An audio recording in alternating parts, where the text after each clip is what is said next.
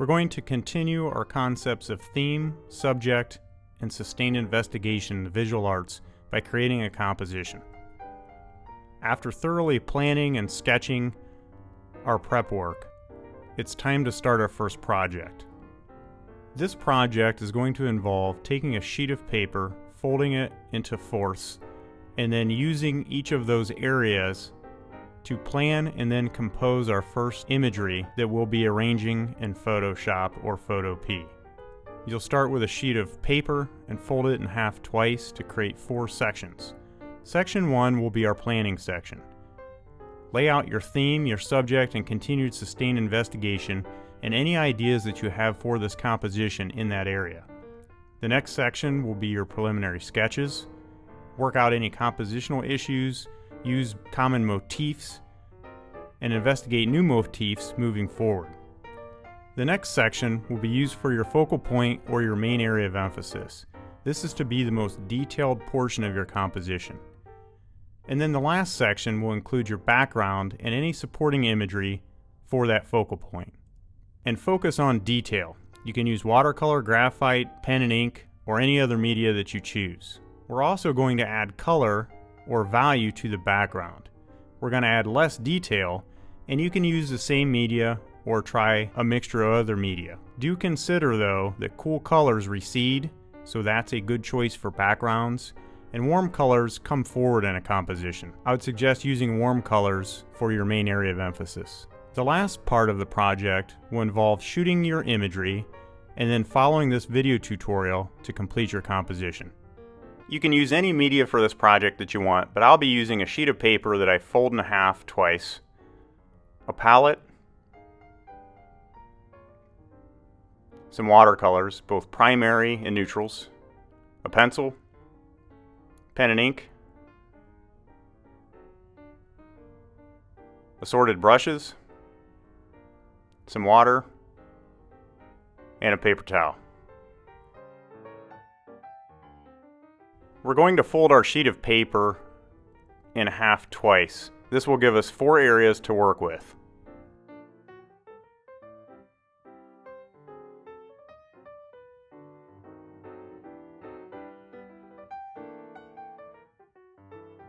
All of our notes will be housed in the upper left-hand corner. We're taking a look at the artistic process: plan, compose, evaluate, and revise. In this section, I would also suggest listing your theme, your subject, and your continued sustained investigation, and then any other notes that are pertinent to this project or subsequent projects. In the next section, you'll draw your preliminary sketches. These are also known as thumbnail sketches.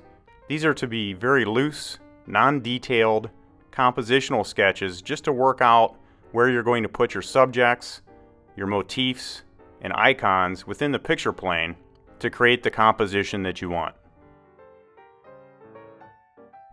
The next section is where we'll put our focal point or our main area of emphasis.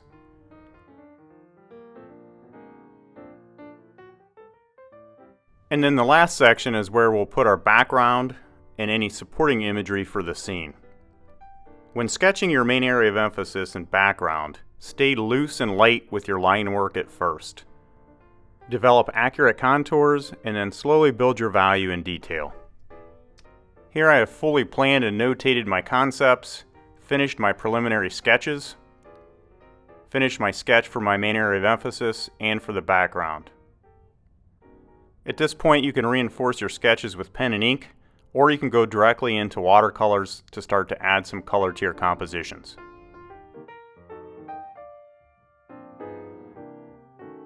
In this case, I'll be using primaries and neutrals. That way I can mix any color, hue, value, or tone that I need for my compositions. By adding a little bit of water to the watercolor pans and loosening up pigment, I can add water to that pigment until I have the desired amount of paint that I need for my project. One tip when using watercolors is to stay light with your washes.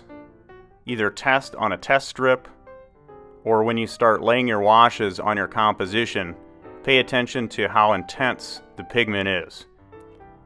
You can also add pigment to intensify your washes at any point. If you lay a wash down too heavy or have inaccuracies, you can always take a paper towel and dab it with a little bit of water to lift areas that are inaccurate.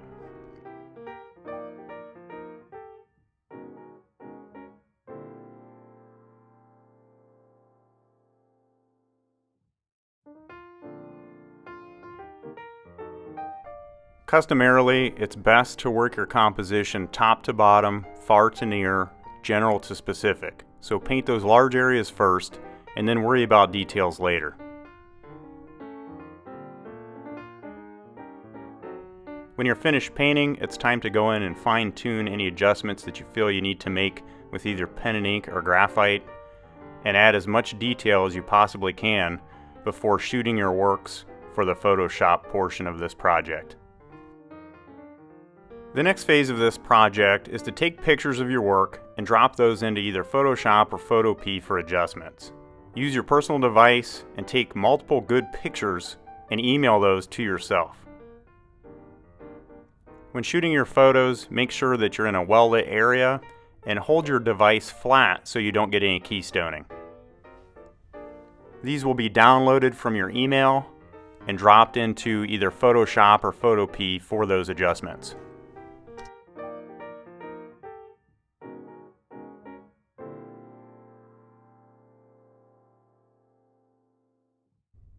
We're going to use a free cloud-based application called Photopea for our digital adjustments. So type in Photopea in your browser, select Photopea Online Editor, and this is the application. We're going to create a new project, so click New Project. For the size of the project, switch from pixels over to inches, and our width is going to be 11 inches, and our height will be 17. Click Create, and a blank document will show up. Now we need to import our photographs as layers and make adjustments to those. To import your imagery, go to File, Open in Place, and then choose your images from the location where you put them after you downloaded them from your email.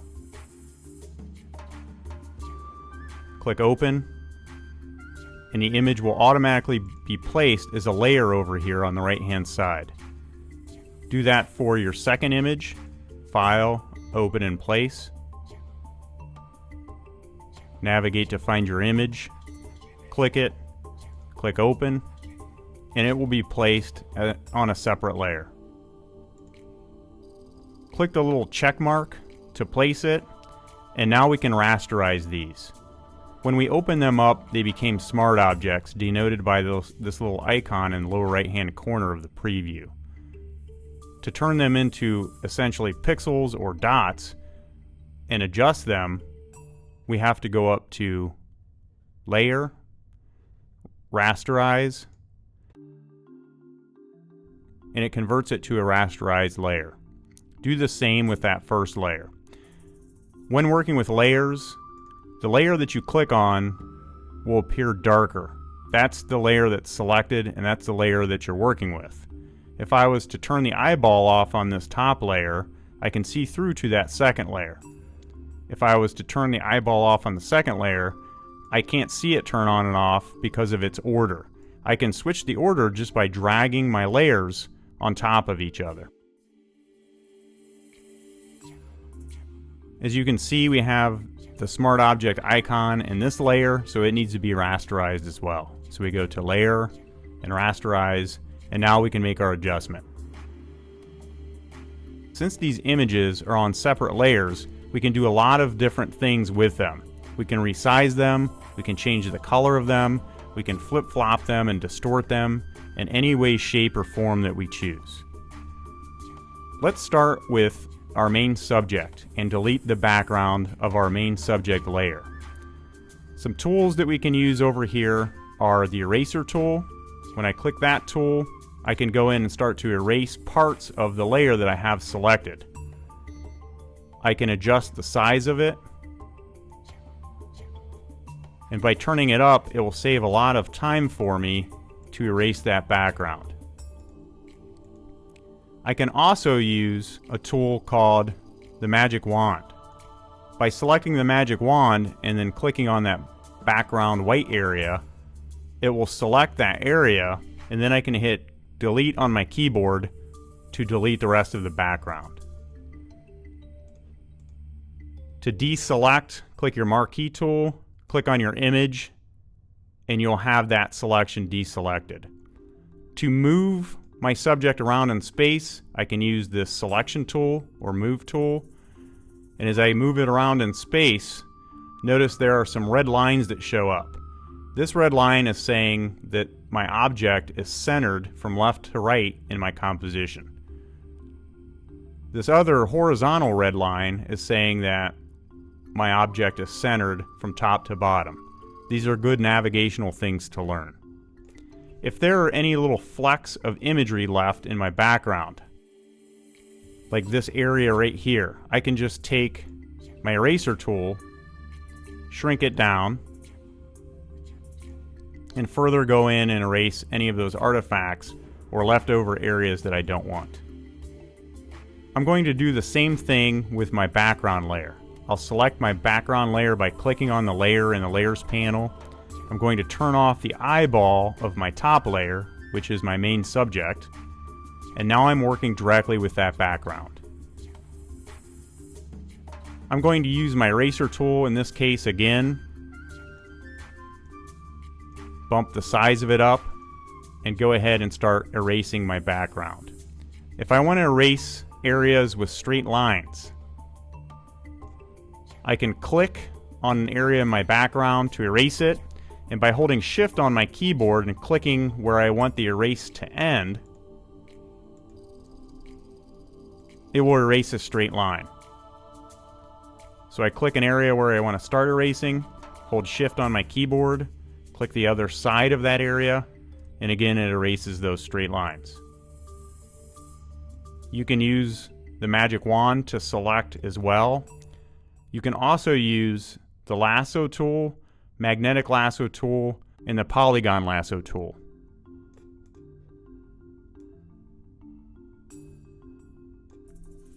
By selecting areas with the Lasso tool and clicking delete on your keyboard, you can erase those areas as well. I'll go back and finish up with my eraser tool.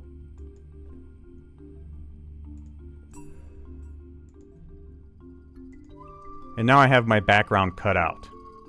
I'm going to adjust the background to make it larger and fit it on my picture plane. To do that, I can go to Edit, Transform, and Scale. With a scale transformation, the application places a bounding box around the outside of my selection.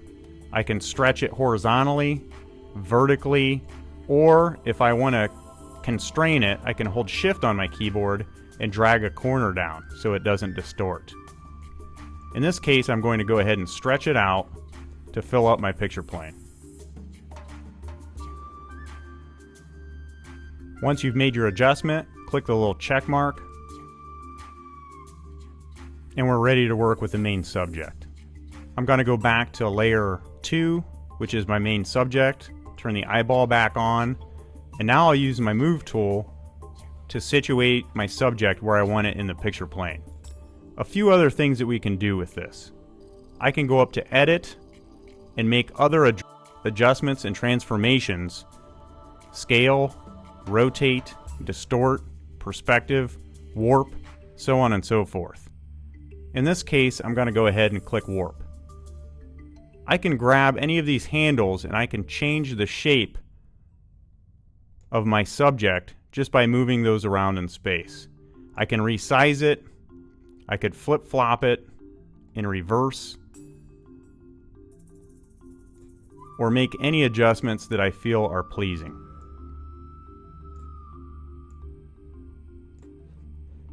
When I'm happy with my adjustments in warp, I can click my check mark and make other adjustments if I so choose. One handy adjustment that we can make to our picture plane to draw the viewer's eye closer to our subject is to blur our background down. By selecting the background and then making some adjustments to the imagery, I can create more depth. In this case, I'm going to select my figure that's in the foreground. I'll use the magnetic lasso tool to do this, and by clicking around the contour line of my figure, I can isolate that figure and put it on a separate layer so that it doesn't take on the adjustment that I'm going to add to my background.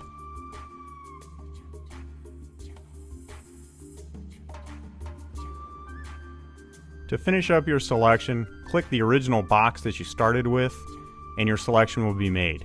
The magnetic lasso takes some time to get used to, so don't frustrate, it just takes a little bit of practice if you choose to use it. With my foreground element selected, I'm going to go up to Edit, Copy, Edit, Paste. Notice when I click Paste, a new layer showed up. That layer has my figure isolated, and I can leave it or I can make adjustments to it. Now I'm going to make an adjustment to the background layer. With the background layer selected, I'm going to go to Filter, Blur, and I'm going to use Gaussian Blur. Gaussian Blur is very controllable, and it will allow you to blur your background down to push it back. Notice in my viewport, as I bump the blur up, it blurs the entire background, but it leaves the other layers intact. I would suggest over blurring and then pull that blur back until you think it looks interesting.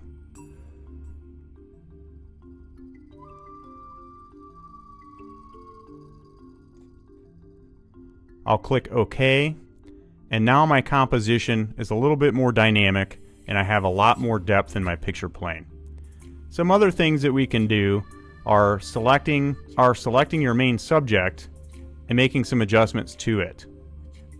You can go up to Filter and Filter Gallery, and you'll get a preview of your subject with different filters on it. You can click down through these different filters and adjust them to see if they look interesting to you.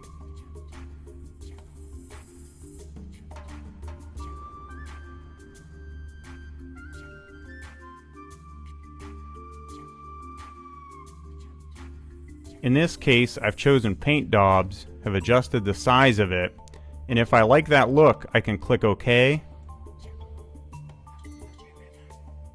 and that adjustment will remain on my image. At any point, if I don't like something that I've done, I can hold Command Z on my keyboard to step back, or I can go to Edit, Undo, or Redo.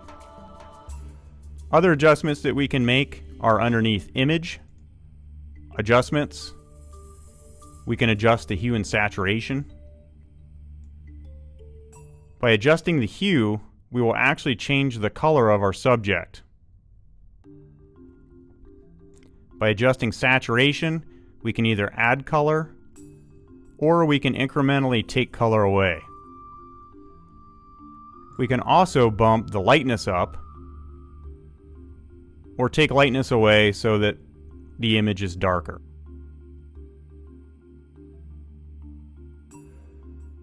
If we don't like the adjustments, we can always hit reset. And those are just some quick adjustments that we can make to enhance the quality of our imagery. When you're ready to save your work, go to File, Save as PSD. PSD stands for Photoshop Document, and we're going to save this as a Photoshop document because we can make adjustments to it in Photo P, or we can use this file in Photoshop and it will be readable. This also allows us to keep all of our layers intact in case we want to add to our composition later on or make any adjustments later on with Photo P or Photoshop.